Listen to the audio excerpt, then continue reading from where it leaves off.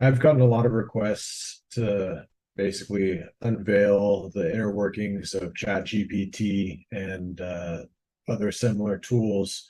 I gave a presentation to the State Bar on the 2nd of November. So I'm recreating that presentation for you all. Uh, Things move at lightning speed in the world of AI. So don't be surprised if some of this stuff is out of date. If you watch it even a week later. With that, hopefully this will provide the basis for your understanding of AI tools and what they're capable of, and just help you navigate the intricacies of the ecosystem, which again are always changing. I have these slides available at txhq.org/HYFNAI, which is handling your first or next AI case, which is the State Bar presentation that I conducted. There are some additional materials there that will probably be useful for you, including some example slides, some links that are going to be useful for implementing your own AI tools, and some other things here and there that should help you grasp some of these concepts. Who am I? Why listen to me? Well, I'll give you a list of credentials, and hopefully that helps establish my credibility here. I'm the managing partner of Promise Legal. We're a one-stop shop for tech startups. We're HQ'd in Austin, Texas, although we practice in Houston and San Antonio as well. I'm the founder of the Journal of Law and Technology at Texas. That's the student-run technology journal at UT. I currently serve as the vice president of EFF Austin, the vice chair of the Open Source Software Committee for the ABA Science and Technology section, vice chair for the InfoSec Committee. I'm a former council member for the Texas Bar's Computer and Technology section, and I'm an ABA on the Rise Top 40 Award winner. Beyond that, I got my JD at UT. I also received a degree in philosophy and computer science. I got my computer science degree so I could be the attorney who understood tech, but I loved it. In another life, I think I would have just been a programmer, but I wanted to be a tech attorney, and here we are. So let's start off with something that's not really within the scope of this talk, but it's important to note. A lot of people are concerned about privacy matters surrounding AI. And as sort of the slide image indicates, I don't take those concerns too seriously. If you disclose information that you're not supposed to disclose via email, it's just as bad as if you disclose information you're not supposed to disclose using AI. So yeah, caution is warranted, but no more than it with any other tool. Understanding the tool is really going to be your best line of defense against accidental disclosures, not avoiding the use of AI. And I believe that should apply to in-house counsel and larger law firms as well. This is not solo and small firm specific. So let's unpack a little bit of how AI works. There's a sort of mysticism around it right now. It just seems like magic. It seems like, you're talking to a person in some instances. It has its flaws, but more or less people see it and they just think of it as a black box that can do this amazing thing. Google itself was a magical sort of innovation when it came out. Spreadsheets, I'm told, are also a big upstart in the world of technology. AI is just another form of those innovations. It's really just algorithms at base. It's lots of numbers and math applied to text. Understanding that will help you understand how to get the best results from your AI tools. With search engines, it's more or less intuitive for most people understanding what they do, right? They go and they look at all these websites. They have a giant database with access to literally every website that you can find in the search engine. They then take what you type into the search bar and they try and find the best match for that content and then give you the link to connect with that content. So it's about taking your input, matching it to someone else's output, and then connecting the two. AI is fairly similar. It's also a really large database. It also takes your input and tries to match it against some other inputs, but there are some key differences here. So with AI, I like to use the analogy of those old high school projector machines that use the transparencies. You remember those? You could see through the sheet except for what was printed on it, and then the light would reflect it up onto the board, and you'd have whatever you were looking at. You can think of an AI database as, instead of a database with like regular sheets of paper, it's a stack of transparent pieces of paper.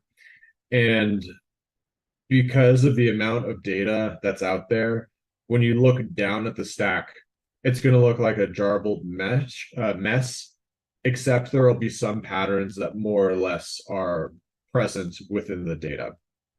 The simplest and most obvious example of a pattern might be the word the, being at the beginning of a piece of content. A lot of content starts with the word the. It's just one of those articles that's prevalent enough and used at the beginning of a document often enough that it's fairly certain that any piece of content could start with the word the. So if you look down at that stack, you would see a slightly darker spot with the word the at the beginning of the document. Obviously, that word would be present in other contexts and other positions, but there's a strong chance that that is a standout sort of pattern within the data. When you put your input in, when you say you want a certain kind of text, the AI looks for patterns that match your input. And then it looks at all of the things that are around that matched pattern to try and predict what comes next. So if you were to try and search for something very generic, like who is the current president of the United States, it would look through all the data that it has and it would try and find that pattern. Because it's a fact that exists in the world, there's likely to be a number of patterns of text out there that exactly match the current president as Joe Biden. What the AI then does is it looks at all the text around it. It might say he was born in a certain year. It might say he is from Delaware. It might say any number of things, but there will generally be a pattern of content surrounding his name. Like he's the great president, he's a terrible president, all the various things that are out there. And it will try and match your intent to the data that's out there. It won't be perfectly factual because it's taking all of that data and turning it into a set of numbers and trying to predict based on averages and complicated math that I don't understand.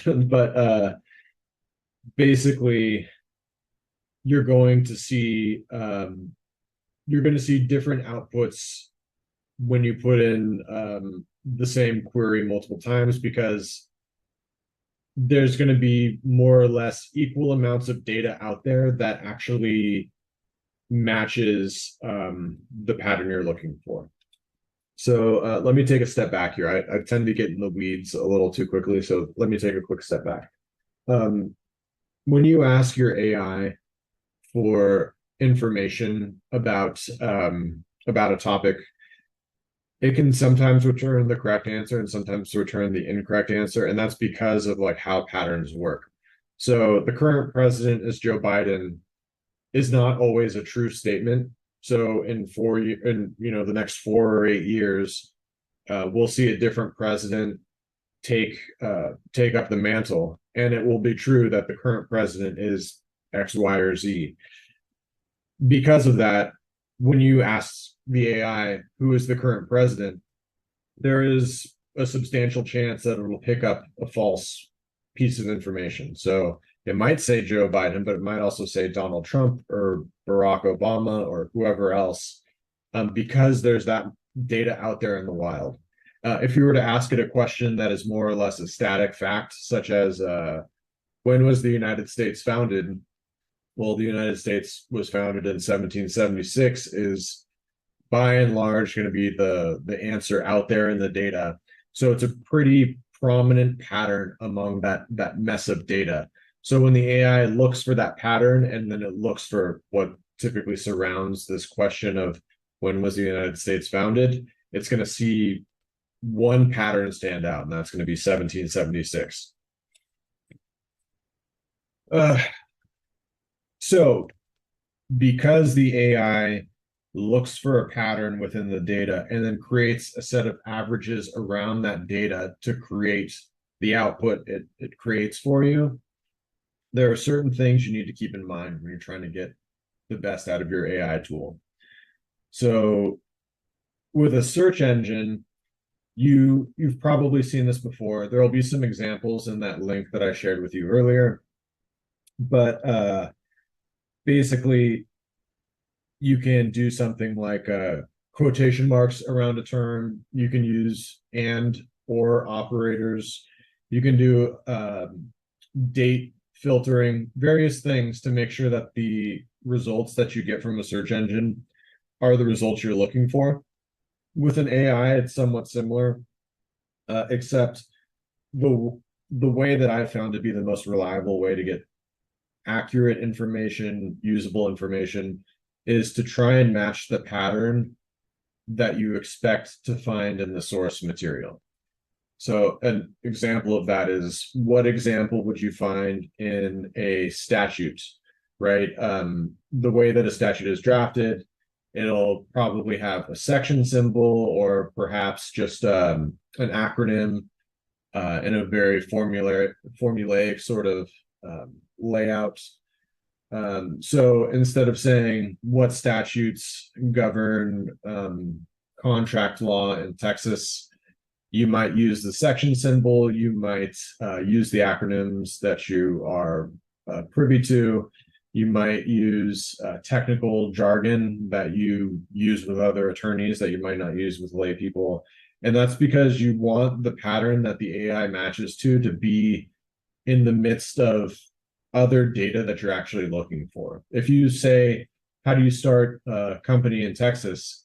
The pattern matches to a lot of lay people websites. So you'll get Wikipedia, you'll get WikiHow, you'll get LegalZoom, you'll get all these things that are geared towards lay people and don't necessarily give you the insights that you need. So you want to try and pattern match with the content that is speaking to you.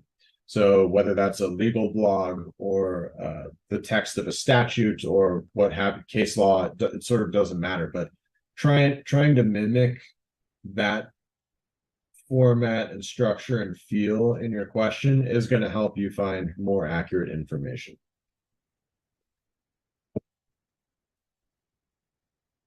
Okay.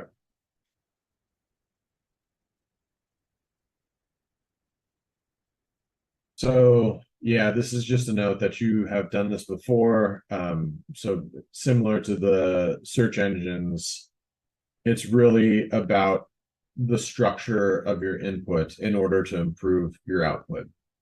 But there's a lot more you can do with AI to improve your results than there are with search engines and improving your results.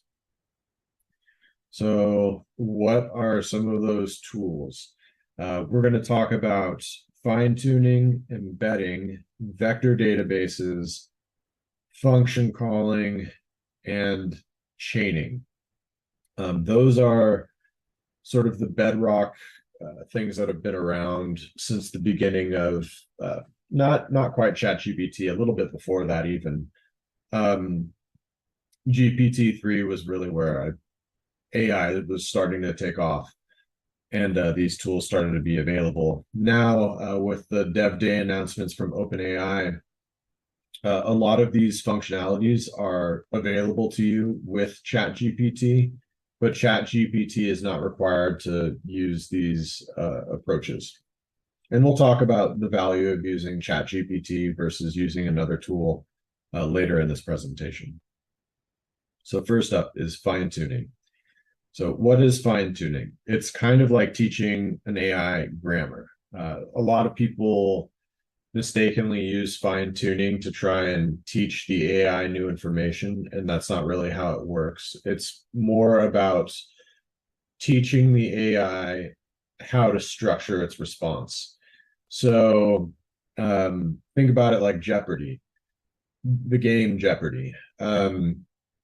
It starts off with the answer to a question, and then the contestants respond with the question that the piece of information is answering.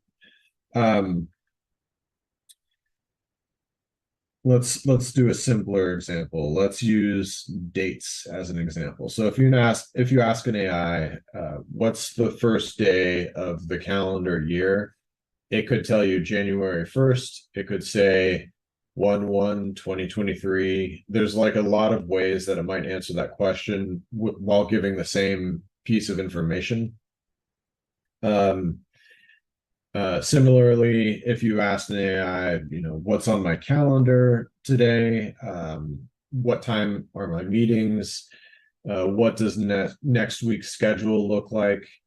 It'll return that information to you, but again, in a number of different formats. It might say, you have a meeting at 3 o'clock today. You have a meeting at 1500 hours.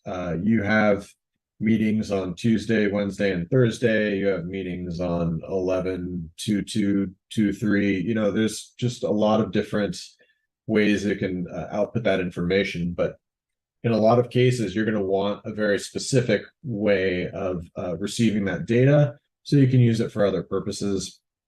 So, for example, if you're a power automator, like if you use Zapier and you have a lot of different connections, it's useful to have a consistent type of output to then plug in and know you can rely on some action happening downstream. So an example to run with the date example might be that you use AI to generate a date format to put something on your calendar. It could be to send something as a reminder to a client or whatever the case might be. With fine tuning, you essentially model the behavior you're looking for from your AI. So you'll have, say, a spreadsheet. It's not quite a spreadsheet, but spreadsheet works for our purposes today. You have a spreadsheet where in the first column, you have a bunch of different prompts, which is what you might be asking the AI. So what free times do I have available tomorrow? When is my next dentist appointment? Can you tell me what a week from tomorrow is? What day a week from tomorrow is? Just like any sort of iteration of how you might ask for a date. And then in the next column over, corresponding to the previous column, you would put the response in the format you want. So a common format might be, the MM/day/year, right? So for today, it would be 11/14/2023. And then you do that all the way down the column and you provide it to the AI. You create a fine-tuned model and it knows, okay, anytime the user is asking me for a date-related answer, I output it in that same format, the month/day/year. That's like the use case of fine-tuning. You can do other things with it beyond just numerical data presentation. So for example, I have a fine-tuning that is based around our firm's brand voice. So when I'm generating content for our social media, for example, the AI uses similar cadence and similar tone and things like that, although it's providing the substantive information based on whatever other mechanisms it has available to it. So fine tuning, kind of like grammar, teaches the AI how to respond. Okay. Embeddings are where you can actually teach it new information. Embeddings are a process of taking a piece of human readable data and turning it into the machine readable data. So the databases of all the information that AI is trained on uh, is largely a series of numbers. It's just, it's not truly words turned to numbers. It's pieces of words get turned into numbers and then stored in this database of relational numbers and computation. So an embedding is taking your particular information and creating it and outputting it into that format so that when you ask a question of the AI, it can understand what information you've provided to it and respond based on that information. So this will be useful for drafting purposes, for answering FAQs, things like that, where the information is something you can provide to it. It can be useful for discovery. Anything where you need to retrieve data from something that you have provided to the AI, you can use an embedding for. Some examples of what you can use embeddings for. What do we use? We have one for helping draft our newsletters. So obviously the AI can't tell people what we've been up to. And it doesn't know how we want the information presented. Like it can speak in the brand voice, but that's sort of limited. A newsletter, you want to follow certain industry best practices. You want to pass along certain kinds of information. Maybe you have some examples of really successful newsletters that you want to emulate. An embedding is a good use case for that. So with our newsletter one, we have a number of industry best practices that we, typed up and we uploaded into the AI. And now it has at its access this list of best practices. So we might say, hey, notify our clients via newsletter that X, Y, and Z has happened and follow industry best practices. So it's a way to sort of guide the AI to the answers that you want. We have another one that is for privacy law. It's more experimental personally, but basically we upload case law about privacy into the database. We might include some commentary or some memos, just whatever we have that we find to be a reliable source and useful for questions surrounding privacy law. And then we can ask the AI questions and we can tell it only answer based on what you have available to you that we've given to you. So that's really useful for a number of purposes, including, memos, briefs. You can use it to retrieve the location of information. So maybe you remember something about privacy law and you can't remember where you heard it or where you came up with that idea. You can use the embeddings to actually identify where it is. It's pretty good at that. Now, embeddings sort of imply and require vector stores. A vector store is like a filing cabinet. You use it to organize things, and it's where you store your embeddings. So an embedding is a particular document or set of documents that are converted. A vector store is a collection of those documents. And so when I say we have a privacy law set up, we have a number of embeddings of a number of cases and a number of memos that are sorted into a vector store. And then the AI is told to answer its questions based on that vector store. Some additional value that you can get from vector stores that you can share it with team members. You can use it to specialize a tool. So, for example, if you're litigating and you're representing a plaintiff versus a defendant, you have different things that you're seeking to demonstrate in your documents. So having a vector store that's about drafting on the plaintiff side might not be as useful as for the defense side. So you might have separate vector stores with separate types of information, even overlapping in some cases. But the point is that you're able to limit the AI to that particular set of information.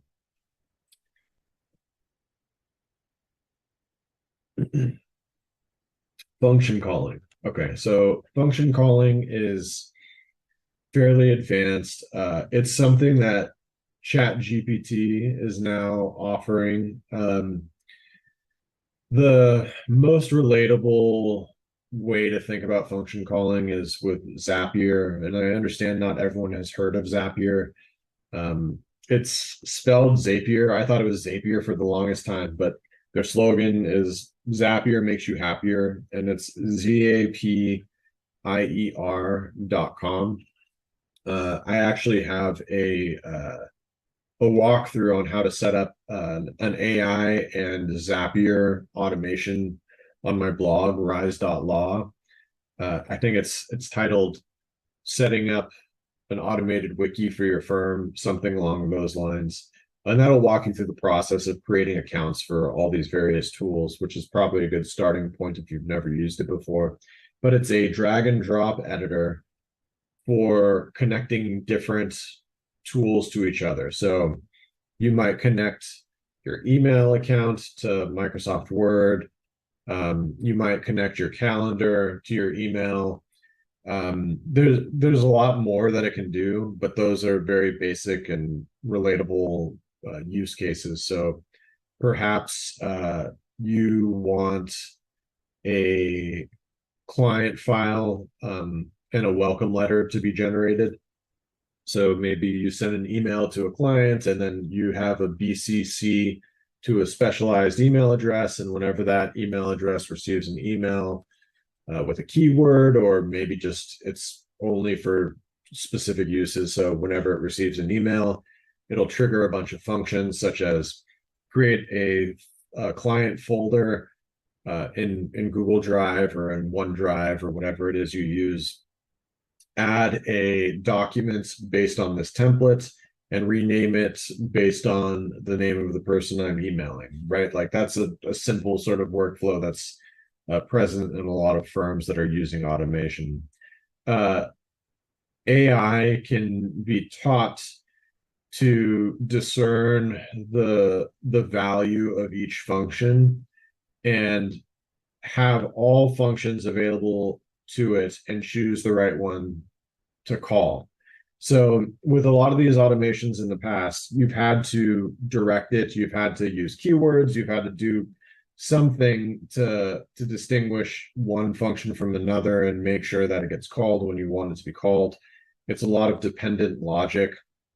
With AI, you can now say, here are all my functions and I need you to handle them. So instead of sending a special email to a special inbox, you might just always talk to your AI and say, hey, start the client onboarding workflow, or schedule a meeting for me with, John Doe next week, or whatever the use case might be. It'll take the information you provide to it, turn it into the appropriate format, and then call the function for you. So that's very useful for a lot of things. It's sort of an exercise in creativity. It's hard to identify a limit with this type of functionality. So I'll go into a little bit more on this and what else you can do, but let's go through a couple more pieces of information first. So chaining. Chaining is like, I like to think of it like teamwork. So where each of those things that I sort of reviewed previously can happen in a box.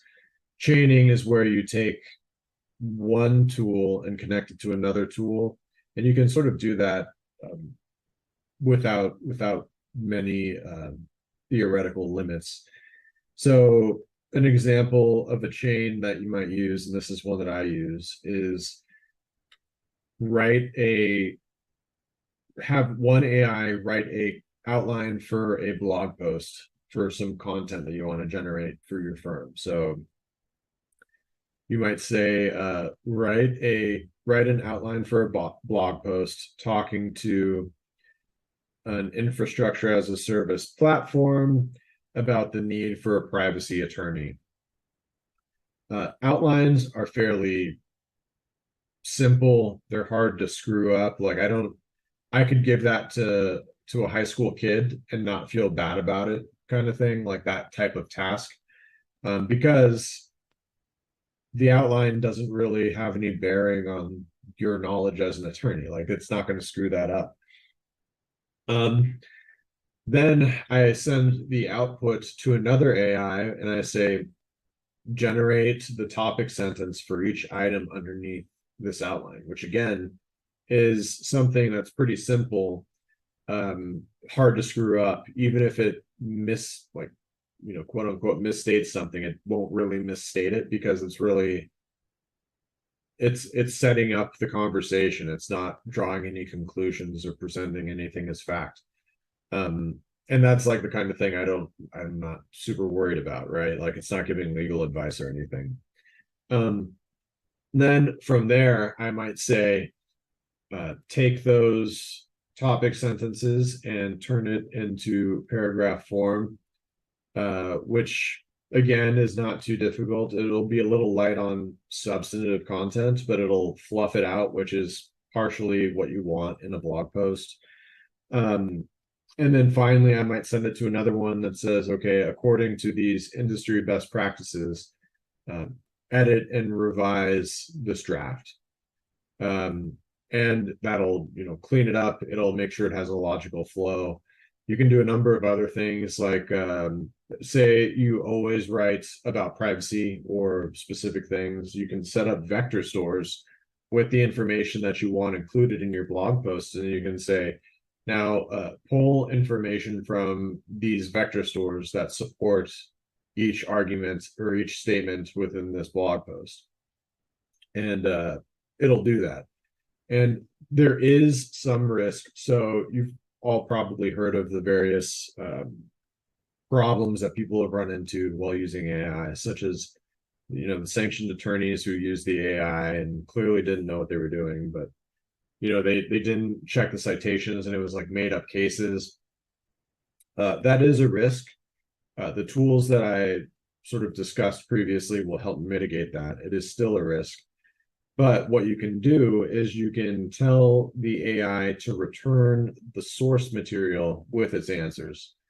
And that is invaluable. So everything that I get generated from an AI connects to a source material, and it gives me a context window of about, what is it, like maybe 400 or 500 words, with whatever it's citing to for its generations. And so I can click on the link, I can look and say like, okay, yeah, it does say that, or wait, that sounds wrong. I can verify all those things, which is great. Like that's the big hurdle with AI, is just making sure you don't make up something that sounds good but isn't true.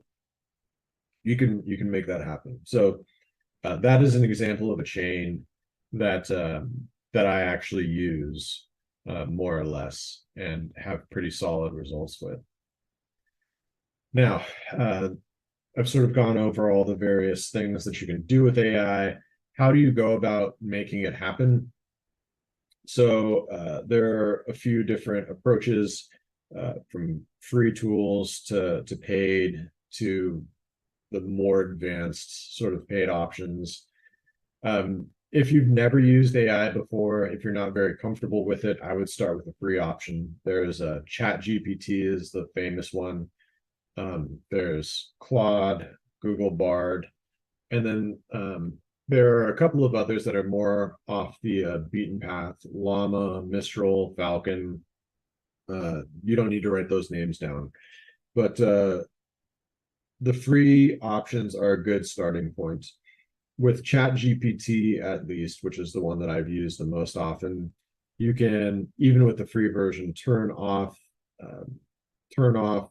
use of your data, so you can use it reasonably or reliably for client stuff. But until you know what you're doing and you're sure that you've shut off that faucet, just use it for other things and just get a sense for how it works, what it's good at, what it's not good at.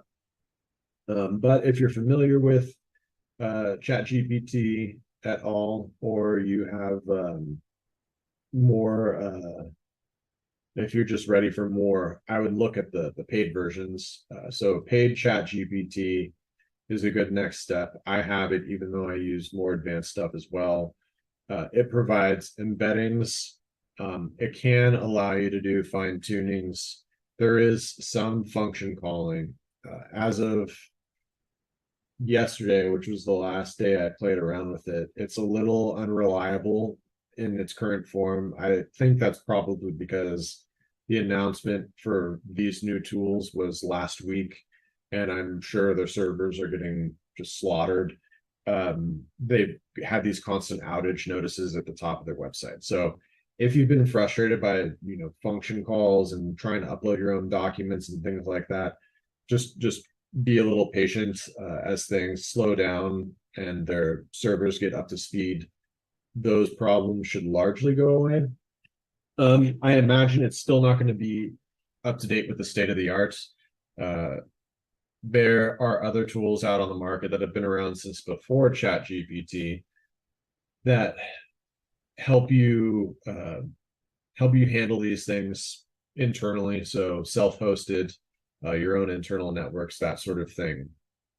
And they are ahead of ChatGPT in terms of implementations and whatnot. So you can an example would be you can use ChatGPT with these tools to as your source for AI generations, but then you can use an external tool or a self-hosted tool or whatever else as your embeddings source.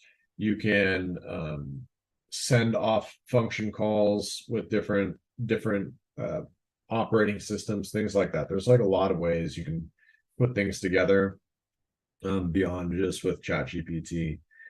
Some of the ways that they have been ahead of ChatGPT include all of these things that they just released at Dev Day.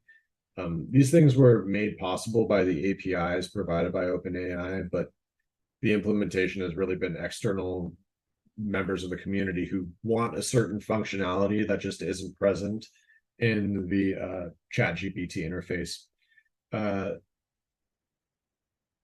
Some current differences in implementation with the things that ChatGPT has implemented include custom function calling. So ChatGPT has released something called Actions, which allows you to use a GPT bot that calls a function. There's a Zapier version of it, which I have not tested, but I'm sure is great. Zapier has been testing their function calling stuff for a while, so they've been working on it. It's probably good. But with external tools, you can chain a lot of them together, whereas with the back end of the current ChatGPT interface, it doesn't seem like you can add a bunch of functions together. It seems like you have to stick to a couple of functions all within the same source. So if you use Zapier for a lot of stuff, but not everything, like you might be stuck, right? Like that is one of the limitations of the ChatGPT interface as it is now. Obviously, OpenAI has a lot of resources and all the other players have a lot of resources. So they'll probably look to compete on those points in the near-ish term. But there are some other things that are, being developed that are new that haven't been discussed by OpenAI as far as the public is aware, such as memory caching, which is where instead of doing a search and having a generation happen from scratch, which has costs associated, low cost, but the more you use it, the more you can see how costs can go up really quick. These memory cachings take your previous responses and just pull them back without making another call and incurring additional costs. So if you have static information, such as a website FAQ, right? A user comes to your website and has a question about your firm, you don't necessarily need to regenerate that whole answer. You just need it stored so that way when the next person asks, that answer is available. So that's an example of how that memory caching can be useful, and also of a tool that is not quite available with OpenAI yet, if ever. So these external tools may or may not continue to innovate and have a role in the marketplace. I think they're worth understanding at the very least. So once you move beyond like the paid chat GPT where you can use their built-in functionality, the other option would be, going for a bespoke sort of legal AI solution, such as with the other big players, like we all know who they are. They tend to be expensive. They will be at least a few $100s up to maybe $1,000. I believe that the amount of work that they can do is worth that money. However, if you put in the time, you can actually get better results with far less cost, if you just put in the time to invest in your own systems. Yeah, okay. If there are any questions, feel free to drop them in the chat or shoot me an email. I know this is a lot of content, and usually I like doing these live with a Q&A, but we'll do it like this. Okay, so costs. So there, like I said, there's a free version. Chat GPT Plus or Premium, whatever they call it, is $20 a month. I believe it's about the same for Google Bard and for Claude and the other big players. When you start going into the more bespoke solutions, right now they cost an arm and a leg. It's like, between, depending on the tool, between like $300 and $1,000 per attorney. I think that's overpriced. I understand why they price it that way. I just don't think those prices are sustainable. Before I go on a tangent here, the other costs. So if you do a self-hosted type thing, I'm a really heavy user. I have a ton of automations running. I use it as a sounding board for various ideas and things that I'm trying to put together. And my most expensive month was under $100. So you can probably get a whole firm, like let's say a firm of 10 people running for under $500, no sweat. Yeah, so you can go a lot further if you have your own systems made up. But let's go on that tangent a little bit about the costs of the bespoke solution. So I think, AI is clearly here to stay. I think we're at a place where in the next 5 years, even, we'll see junior level attorney stuff being churned out by AI. There's a number of reasons for that, including efficiency, just the amount of data, computational power. There's like a lot of reasons to believe that. So it's important to invest in these things for attorneys. AI has like clearly upended everything, because every tool that you've got in your arsenal, like every tool that I have, and even my sort of vanilla ones such as Zoom or Canva, right? They all have AI embedded now, and it's just included, just part of it. There are costs associated with running AI tools, but I think what that means is we're going to be on a pay per usage model, similar to what OpenAI does. So if you don't use ChatGPT Plus, or you do and you have API access, is something like, depending on the model, like 3 cents per 1,000 tokens, which is 3 to 4,000 characters. So a token is 3 to 4 characters. So you can think about it a little bit like words. So 1,000 words costs 3 cents. And there's like a lot of processing that goes into that. So like your embeddings have costs, your fine tunings have costs, your generations have costs, your inputs have costs. But spending $500 for unlimited is really not necessary. I think what's going to happen is that a lot of these platforms that, they have a value. Their databases are not easy to replicate. Um, their insights that they provide via various tools, such as their practical guidance things and memos and whatever else, their standard docs, are valuable pieces of IP.